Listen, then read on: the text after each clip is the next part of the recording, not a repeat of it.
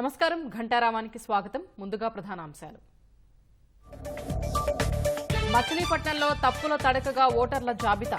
వైకాపా ఒత్తిడితో ఈసీ ఆదేశాలను పట్టించుకోని అధికారులు.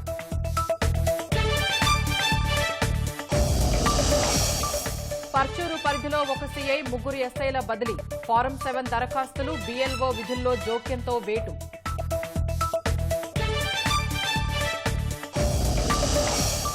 కలిసికట్టుగా జనంలోకి వెళ్లనున్న తెలుగుదేశం, జనసేన. నవంబర్ 1న ఉమ్మడి మినీ మేనిఫెస్టో ప్రకటనకు నిర్ణయం.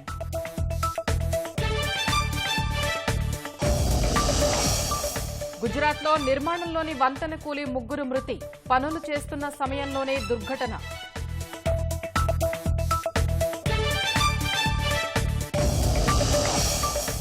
మరో 2 బందీలను విడుదల చేసిన హమాస్. పనిచేసిన ఈజిప్ట్, ఖతార్ మధ్యవర్తిత్వం.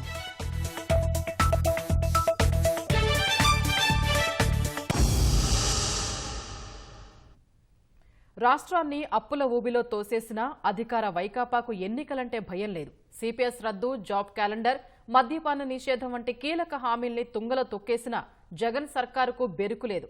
అరాచక పాలనను అంతమొందించాలని ప్రతిపక్షాలన్నీ ఏకమవుతున్న సీఎం ధీమాకు కారణం దొంగ ఓట్ల మాయాజాలమే. 4 ఏళ్లుగా జరుగుతున్న ఈ ఓట్ల కుట్రను ఇప్పుడు మరింత తీవ్రతరం చేశారు. అందుకు మరో ఉదాహరణే కృష్ణా జిల్లా మచిలీపట్నం నియోజకవర్గ ఓటరు జాబితా సవరణ తీరు. ఒక బూత్ పరిధిలో ఓట్లు అక్కడే ఉండకపోతే ఏమైంది? ఎక్కడో ఒక చోట ఉంది కదా, అక్కడికెళ్లి ఓటు హక్కు వినియోగించుకోలేరా? అయినా వారి తరపున మీరెందుకు వకాల్తా పుచ్చుకున్నారు? మీ సమస్యలు ఉంటే చెప్పండి. ఇది అన్ని రాజకీయ పార్టీలతో జరిగే సమావేశంలో ఓట్ల జంబ్లింగ్ గురించి ప్రశ్నించిన వారికి జిల్లా స్థాయి అధికారి నుంచి ఎదురైన సమాధానం. దీన్ని బట్టి అర్థం చేసుకోవచ్చు రాష్ట్రంలో ఏ స్థాయిలో ఓట్ల అవకతవకలు జరుగుతున్నాయో.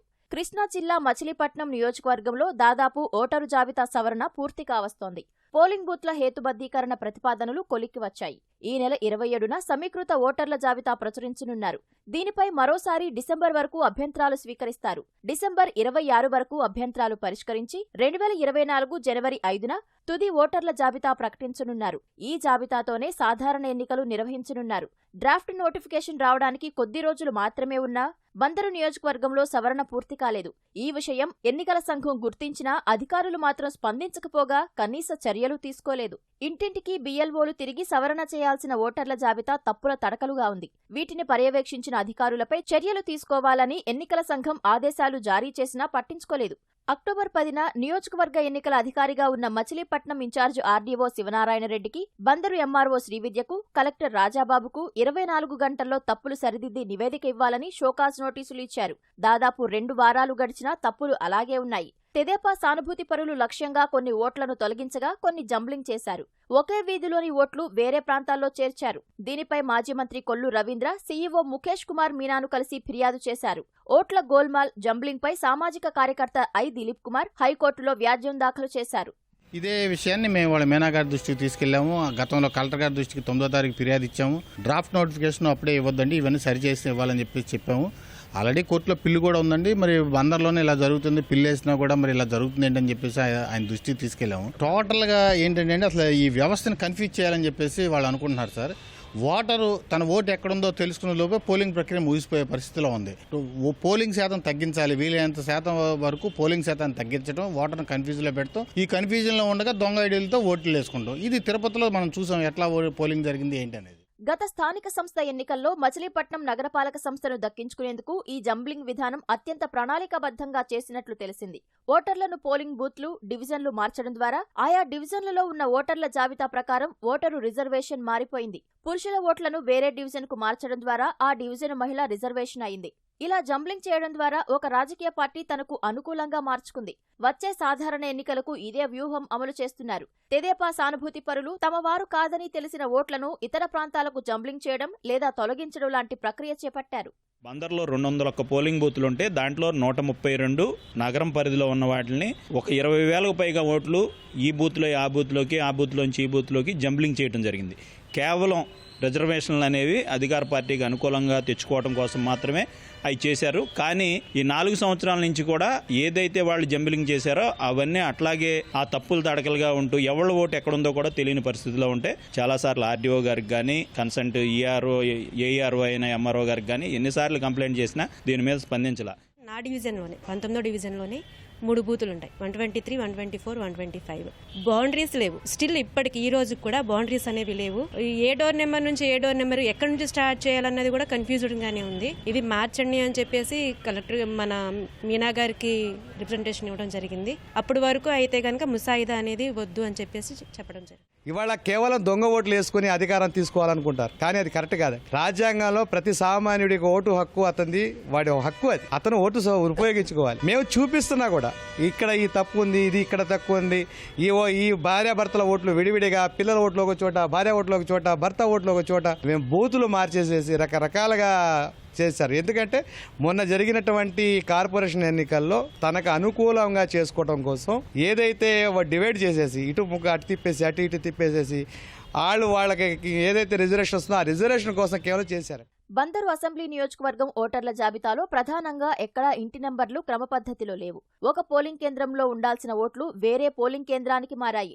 దీనివల్ల అక్కడ పోలింగ్ ఏజెంట్లు ఆ ఓటరును గుర్తించే అవకాశం లేదు. వీటిని సరిదిద్దాల్సిన అధికారులు చర్యలు తీసుకోలేదు. స్వతంత్రంగా స్వేచ్ఛగా విధులు నిర్వహించాల్సిన అధికారులు రాజకీయ ఒత్తిడికి లోనవుతున్నట్లు తెలిసింది. అధికార పార్టీకి చెందిన నేత ఒత్తిడి ఉన్నట్లు తెలిసింది. ఇటీవల నియోజకవర్గానికి చెందిన ఓ సహాయ ఎన్నికల అధికారి సస్పెండ్ ఉత్తర్వులు ఇచ్చిన మరుక్షణమే వాటిని ఉపసంహరించుకున్నారు. కానీ ఇది ఎక్కడా రికార్డుల్లో లేకుండా జాగ్రత్తలు తీసుకున్నారు. నియోజకవర్గంలో తప్పుల తడకలుగా ఉన్న 24,000 ఓట్లు సరిదిద్దామని ఎన్నికల అధికారి చెబుతున్నారు. ఇంకా 10,000 ఓట్ల వరకు జంబ్లింగ్లో ఉన్నాయని ప్రతిపక్షాలు చెబుతున్నాయి. బాపట్ల జిల్లా పర్చూరు నియోజకవర్గ పరిధిలోని Martur CI Firoz, SI Kamalakar, Parchur SI Prasad గతంలో యుద్ధనోపొడి ఎస్ఐగా పనిచేసిన అనూప్ను వీఆర్కు పంపుతూ ఎస్పీ వకుల్ జిందాల్ ఆదేశాలు జారీ చేశారు. నిబంధనలకు విరుద్ధంగా ఫారం 7 దరఖాస్తుల సమాచారాన్ని తీసుకోవడమే కాకుండా బీఎల్ఓలుగా ఉన్న మహిళా పోలీసులతో వాట్సాప్ గ్రూప్ను ఏర్పాటు చేసి నేరుగా జోక్యం చేసుకున్నట్లు ఆరోపణలొచ్చాయి. బూత్ లెవెల్ ఆఫీసర్లుగా ఉన్నవారితో వాట్సాప్ ద్వారా సంభాషిస్తూ సీఐ, ఎస్ఐలు ఆదేశాలిచ్చినట్లు విచారణలో నిర్ధారణ అయింది. ఈ విషయంపై పర్చూరు ఎమ్మెల్యే ఏలూరు సాంబశివరావు ఎన్నికల కమిషన్కు ఫిర్యాదు చేశారు. విచారణ జరిపిన ఎన్నికల అధికారులు దీనిపై కలెక్టర్ నివేదిక పంపారు. ఫారం 7 దరఖాస్తుల్లో జోక్యం చేసుకున్న పోలీసు అధికారులు బీఎల్ఓలపై ఒత్తిడి తెచ్చినట్టు విచారణలో తేలింది. అంతేకాకుండా అక్రమ గ్రానైట్, గ్రావెల్ తరలింపు విషయంలో కూడా వీరిపై ఆరోపణలు ఉన్నట్టు తెలుస్తోంది. ఈ నేపథ్యంలోనే సీఐతో పాటు ఎస్ఐలపై క్రమశిక్షణా చర్యలు తీసుకున్నట్లు తెలుస్తోంది. 2024లో వచ్చేది తెలుగుదేశం జనసేన ప్రభుత్వమేనని పవన్ కళ్యాణ్, నారా లోకేష్ ధీమా వ్యక్తం చేశారు. ప్రజా సమస్యల పరిష్కారానికి ఏ విధంగా ముందుకెళ్లాలన్న అంశమే ప్రధాన అజెండాగా రాజమహేంద్రవరంలో తొలి సమన్వయ కమిటీ సమావేశం నిర్వహించినట్లు తెలిపారు. నవంబర్ 1 నుంచి ఉమ్మడి కార్యాచరణతో ప్రజల్లోకి వెళ్తామని చెప్పారు. వైకాపా అరాచకానికి తెలుగుదేశం జనసేన ప్రభుత్వమే విరుగుడన్న ఇరువురు నేతలు ఎట్టి పరిస్థితుల్లోనూ వైకాపా వ్యతిరేక ఓటు చీలనీయబోమని ఉద్ఘాటించారు. సమన్వయ కమిటీ సమావేశంలో పలు తీర్మానాల్ని ఆమోదించడంతో పాటు వివిధ అంశాలపై కీలక నిర్ణయాలు తీసుకున్నారు. రాజమహేంద్రవరం వేదికగా తెలుగుదేశం జనసేన పార్టీల సమన్వయ కమిటీ తొలి సమావేశం 2.5 గంటల పాటు సుహృద్భావ వాతావరణంలో సాగింది. 6 ప్రధాన అంశాలు అజెండాగా తెలుగుదేశం జనసేన సమన్వయ కమిటీ సమావేశం సాగింది. చంద్రబాబు అక్రమ అరెస్టు ఖండన, నియోజకవర్గం, మండలం, ఉమ్మడి జిల్లాల వారీగా సమన్వయ కమిటీ సమావేశాల నిర్వహణ, రాష్ట్ర స్థాయి నుంచి బూత్ స్థాయి వరకు ఇరు పార్టీలు సమన్వయం, వైకాపా ప్రభుత్వ వైఫల్యాలు, అరాచకాలు, అవినీతిపై ఛార్జిషీట్, ప్రజా సమస్యలపై ఉమ్మడి పోరాట ప్రణాళిక, అక్టోబర్ 27న ఓటర్ తొలి ముసాయిదా ప్రకటన, కామన్ మినిమం ప్రోగ్రాంపై నేతలు చర్చించారు. వచ్చే సార్వత్రిక ఎన్నికల్లో ఇరు పార్టీలు విజయం పట్ల ధీమా వ్యక్తం చేస్తూనే వైకాపా కుట్రలకు తావు ఇవ్వకూడదనే ఏకాభిప్రాయానికి 2 పార్టీలు వచ్చాయి. తెలుగుదేశం జనసేనల మధ్య గొడవలు సృష్టించేందుకు వైకాపా ఎంతకైనా తెగుస్తుందని జనసేనాని పవన్ కళ్యాణ్ అభిప్రాయపడగా ఇప్పటికే ఆ విధమైన కార్యక్రమాలు ప్రారంభించిందని లోకేష్ అందుకు బదులిచ్చినట్లు తెలిసింది. సమష్టిగా వైకాపా కుట్రలు అధిగమించాలని ఇరు పార్టీల నేతలు నిర్ణయించారు. ఉమ్మడి జిల్లాల ప్రాతిపదికన జిల్లా స్థాయిలో 2 పార్టీల నుంచి చెరో 50 మంది సమావేశమై ఆత్మీయ సమావేశాలు నిర్వహించుకోవాలని నిర్ణయించారు. ఈ భేటీలకు ఇరు పార్టీల నుంచి ఒక్కో సీనియర్ నేతను సమన్వయకర్తలుగా పంపాలని తీర్మానించారు. ఉత్తరాంధ్ర, రాయలసీమ ప్రాంతాల్లో సమన్వయ సమావేశాల నిర్వహణపై ఎక్కువ దృష్టి పెట్టాలనే అభిప్రాయానికి సమావేశం వచ్చింది. తెలుగుదేశం ప్రకటించిన సూపర్ 6 మినీ మేనిఫెస్టోకు అదనంగా 4 అంశాలను సమన్వయ కమిటీ సమావేశంలో జనసేన ప్రతిపాదించింది. రైతులు, యువతకు సంబంధించిన పలు అదనపు అంశాలతో పాటు భవన నిర్మాణ కార్మికుల సమస్యలు, ఎస్సీ ఎస్టీ ఉప ప్రణాళిక నిధుల దుర్వినియోగం అంశాలని సమావేశంలో జనసేన ప్రతిపాదించింది. అన్ని కలిపి నవంబర్ 1న మినీ మేనిఫెస్టో, ఉమ్మడి కార్యాచరణ ప్రకటించాలని నేతలు నిర్ణయించారు. పూర్తిస్థాయి మేనిఫెస్టో రూపకల్పనలోనూ జనసేన అభిప్రాయాలు జోడించి ఉమ్మడిగా విడుదల చేయనున్నారు. ఓట్ల అక్రమాలు అరికట్టేందుకు తెలుగుదేశం అనుసరిస్తున్న విధానాన్ని నేతలు సమావేశంలో వివరించారు. అక్టోబర్ 27న ముసాయిదా ఓటర్ జాబితా విడుదలయ్యాక అక్రమాలపై కలిసికట్టుగా పోరాడాలని నిర్ణయించారు. దాంట్లో రాబోయే 100 రోజుల కార్యాచరణ గురించి చర్చించాం. దాంట్లో 29, 30, 31 ఈ 3 రోజులు ఉమ్మడి జిల్లాల్లో తెలుగుదేశం పార్టీ నాయకులు అంటే జిల్లా స్థాయి నాయకులు అదేవిధంగా జనసేన పార్టీ నాయకులు కలిసి సమావేశాలు ఏర్పాటు చేసుకోవాలని నిర్ణయించుకున్నాం. ఇంకా నవంబర్ 1వ తారీఖు నుంచి మేనిఫెస్టో రూపొందించుకుని డోర్ టు డోర్ కలిసి ప్రచారం ప్రారంభించాలని నిర్ణయం తీసుకున్నాం. మూడోది తీవ్రమైన కరువు పరిస్థితుల వల్ల రైతాంగం తీవ్రంగా నష్టపోతుంది. తెలుగుదేశం పార్టీ జనసేన పార్టీ కార్యకర్తలు ఫీల్డ్కి వెళ్లి వాస్తవాలు తెలుసుకుని పార్టీలకి నివేదిక ఇవ్వాలని నిర్ణయించుకున్నాం. దాని తర్వాత నెక్స్ట్ జేఏసీ మీటింగ్ లో దీనిపైన భవిష్యత్ కార్యాచరణ కూడా నిర్ణయిస్తామని తెలియజేస్తున్నాం. నాకు ఎలాంటి సందేహం లేదు. 2024లో తెలుగుదేశం పార్టీ జనసేన పార్టీ కలిసి ఆంధ్ర రాష్ట్రంలో ఎప్పుడు లేని మెజారిటీతో ప్రభుత్వం మేము ఏర్పాటు చేస్తున్నాం. మళ్ళీ మంచి రోజులు ఆంధ్ర రాష్ట్రానికి తీసుకొచ్చే బాధ్యత మేము తీసుకుంటామని ఆంధ్ర రాష్ట్ర ప్రజలందరికీ తెలుపుకుంటూ చంద్రబాబు అరెస్టు అక్రమమని సమావేశంలో పవన్ కళ్యాణ్ తేల్చి చెప్పారు. నాడు చంద్రబాబు ప్రకటించిన విజన్ 2020ని ఎంతో మంది హేళన చేస్తే ఆ ఫలితాలు ఇప్పుడు కళ్ల ముందు కనిపిస్తున్నాయని ఆయన అన్నట్లు తెలిసింది. రాష్ట్ర విభజనలో అన్యాయం జరిగిన ఏపీకి అనుభవం ఉన్న నాయకత్వం కావాలనే 2014లో తెలుగుదేశం పార్టీకి మద్దతు ఇచ్చామని పవన్ స్పష్టం చేశారు. ఆ తర్వాత కొన్ని విధాన నిర్ణయాలతోనే తాను విభేదించాను తప్ప వ్యక్తిగతంగా కాదన్నారు. రాజమహేంద్రవరం సెంట్రల్ జైల్లో అక్రమంగా అకారణంగా 70 సంవత్సరాలు పైబడ్డ ఒక సీనియర్ నాయకుల్ని జైల్లో పెట్టి నానా హింసలకు గురి చేస్తా బెయిల్ రానివ్వకుండా పరిస్థితుల్లో ఒక టెక్నికల్ ఇష్యూస్ అని చెప్పి బెయిల్ రానివ్వకుండా చేయటం. దారుణాలు చేసిన అందరికీ బెయిల్స్ వస్తున్నాయి, కానీ అక్రమంగా అకారణంగా పెట్టిన వ్యక్తికి టెక్నికల్ ఇష్యూస్ మీద రాష్ట్ర ప్రభుత్వం బెయిల్ రానివ్వకుండా చేయడానికి ప్రయత్నం, క్వాష్ చేయకుండా చేయడానికి ప్రయత్నం జరుగుతూ ఉన్నాయి. ఇవి చాలా ఆవేదన కలిగించాయి. ఎందుకంటే దీనికి ఒకటే ఒక మందు, ఒకటే ఒక విరుగుడు. ఈ వైసీపీ ప్రభుత్వం పోవాలి, జనసేన తెలుగుదేశం ప్రభుత్వం రావాలి. ఇప్పుడు వైసీపీ అనే ఒక తెగులు రాష్ట్రానికి పట్టుకుంది. ఈ తెగులు పోవాలంటే జనసేన టీడీపీ వ్యాక్సిన్ రైట్. దీనికి దాంట్లో భాగంగానే ఏ మాట అయితే చెప్పామో ఎన్డీఏ భాగస్వామ్యంలో ఉండి కూడా ఆంధ్రప్రదేశ్ అభివృద్ధి కోసం, ఆంధ్రప్రదేశ్ ప్రజల సుస్థిరత కోసం, ఆంధ్రప్రదేశ్ భవిష్యత్తు భద్రత కోసం ఒక హిస్టారికల్ అలయన్స్ ని ఈ రోజున ఫస్ట్ కలయిక జరిగింది. అది చారిత్రాత్మకమైన రాజమహేంద్రవరం నగరంలో. రాజకీయ స్థిరత్వమే తన లక్ష్యమన్న పవన్ సీఎం ఎవరవుతారనేది తమకు ప్రాధాన్యం కాదని స్పష్టం చేశారు. అదే సమయంలో ఎన్డీఏతో సంబంధాలపైన స్పష్టతనిచ్చారు. అలాగే మీరు అడిగిన ప్రశ్నకి ముఖ్యమంత్రి ఇవ్వనదంటే ప్రప్రథమంగా రాష్ట్ర భవిష్యత్తు మీదే నిర్ణయం జరిగింది, కానీ ముందుకు కావాల్సింది ప్రజలకి భద్రత, సంక్షేమం, అభివృద్ధి. పదవులు అనేది దాని తర్వాతే గురించి మాట్లాడుతాం తప్ప ముందుకు ఆంధ్రప్రదేశ్ సుస్థిరత, భద్రత మీదే చర్చలు జరిగాయి. బీజేపీ, నరేంద్ర మోదీ గారు, అమిత్ షా గారు, నేను as a Janasena as N NDA partner, Andhra Pradesh పరిస్థితి చాలా చిత్రమైన పరిస్థితి.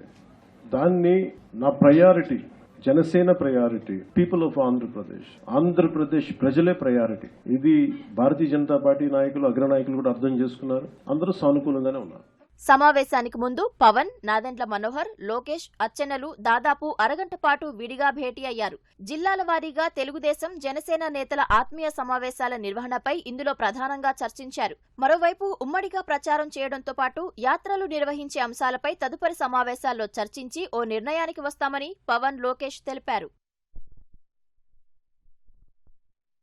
విజయవాడ ఇంద్రకీలాద్రిపై దసరా శరన్నవరాత్రి ఉత్సవాలు ముగిశాయి. లక్షల సంఖ్యలో భక్తులు తరలివచ్చి అమ్మవారిని దర్శించుకున్నారు. శరన్నవరాత్రుల్లో చివరి రోజైన విజయదశమి నాడు కృష్ణానదిలో హంస వాహనంలో శ్రీ దుర్గా మల్లేశ్వర స్వామివార్ల విహారం కన్నుల పండువగా సాగింది. ఇంద్రకీలాద్రిపై శోభకృత నామ సంవత్సరంలో ఆశ్వయుజ శుద్ధ పాడ్యమి నుంచి ఆశ్వయుజ శుద్ధ దశమి వరకు దుర్గా మల్లేశ్వర స్వామి దేవస్థానం నిర్వహించిన దసరా మహోత్సవాలు పరిసమాప్తమయ్యాయి. శ్రీచక్ర అధిష్టాన దేవత జగజ్జనని బాలత్రిపుర సుందరీదేవి అలంకరణతో ప్రారంభమైన అమ్మవారి ఉత్సవాల్లో తొలిసారి మహాచండీదేవి అలంకరణ తీసుకురాగా, చివరి రోజున మహిషాసురమర్దిని రాజరాజేశ్వరీదేవి అలంకరణతో 9 రోజుల్లో 10 అలంకారాల్లో భక్తులకు అమ్మవారు దర్శనమిచ్చారు. షోడశాక్షరి మహామంత్ర స్వరూపిణిగా, శాంత స్వరూపిణిగా రాజరాజేశ్వరీదేవి అలంకరణ భక్తుల రద్దీ దృష్ట్యా మరో రోజు కొనసాగించాలని దేవస్థానం నిర్ణయించింది. భవానీ మాలదారులు, సాధారణ భక్తుల రద్దీ భారీగా కొనసాగుతోంది. బుధవారం వరకు ఈ రద్దీ ఉంటుందని అధికారులు అంచనా వేస్తున్నారు.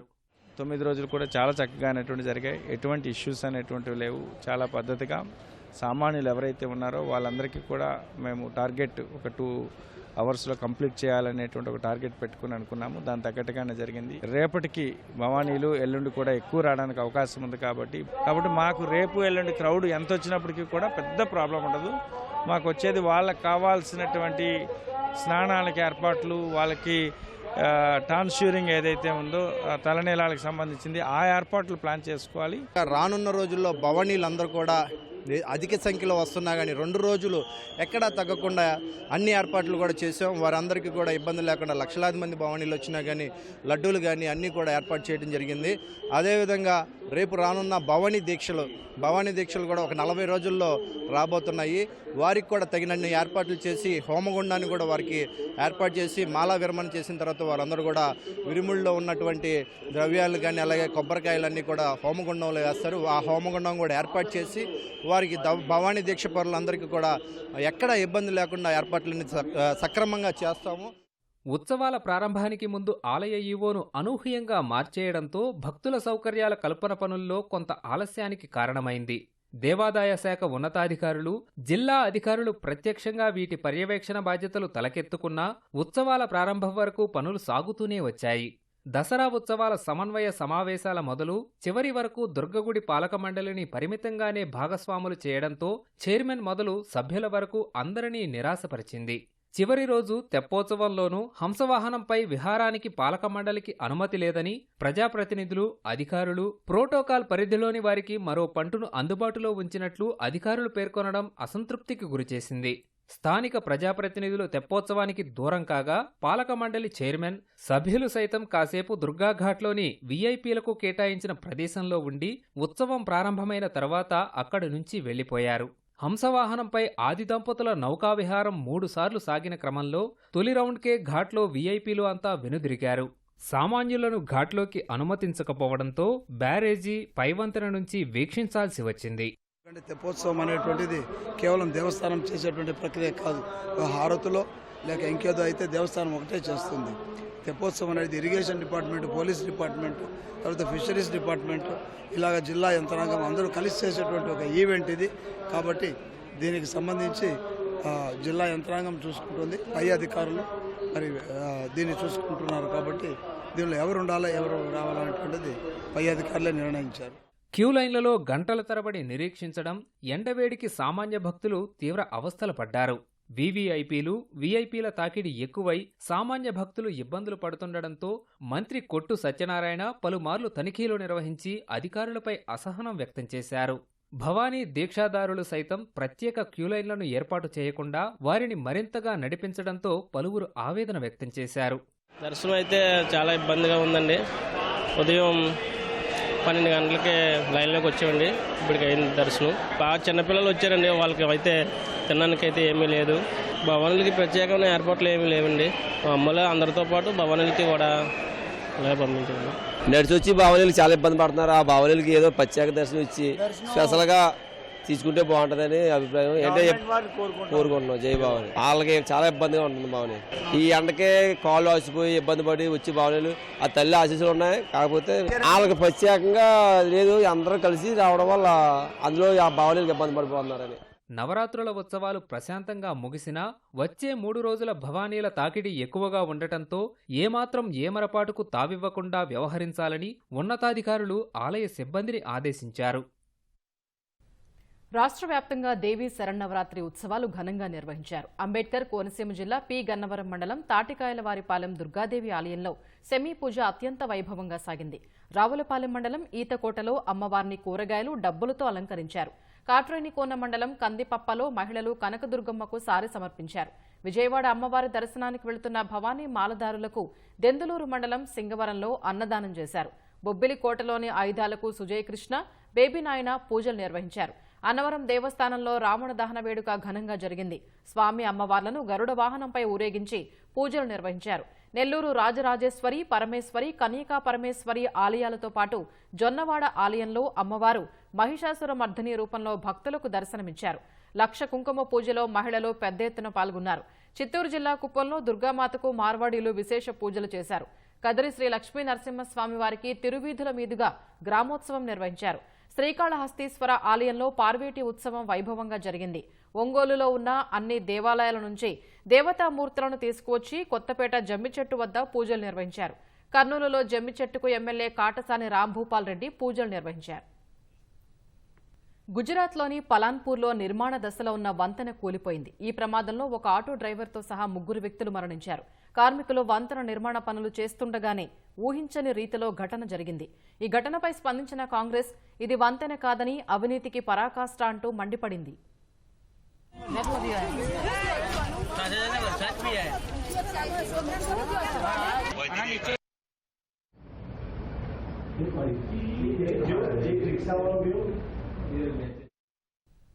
హమాస్ మిలిటెంట్లు మరో 2 బందీలను విడుదల చేశారు. మానవతా దృక్పథంతో 2 మహిళల్ని విడుదల చేసినట్లు హమాస్ మిలిటెంట్లు టెలిగ్రామ్లో పోస్ట్ చేశారు. అక్టోబర్ 7న ఇజ్రాయెల్ నుంచి బందీలుగా పట్టుకొచ్చినట్లు తెలిపారు. ఖతార్, ఈజిప్ట్ మధ్యవర్తిత్వంతో మహిళల్ని విడిచిపెట్టామన్నారు. దీనిపై ఇజ్రాయెల్ నుంచి ఇంకా అధికారిక స్పందన రాలేదు. ఇటీవల అమెరికాకు చెందిన తల్లి కూతుళ్లను హమాస్ మిలిటెంట్లు విడుదల చేశారు. అప్పుడు కూడా ఖతార్ మధ్యవర్తిత్వం వహించింది. హమాస్ వద్ద తమ దేశంతో పాటు ఇతర దేశాలకు చెందిన మొత్తం 222 మంది బందీలుగా ఉన్నట్లు ఇజ్రాయెల్ గతంలో తెలిపింది.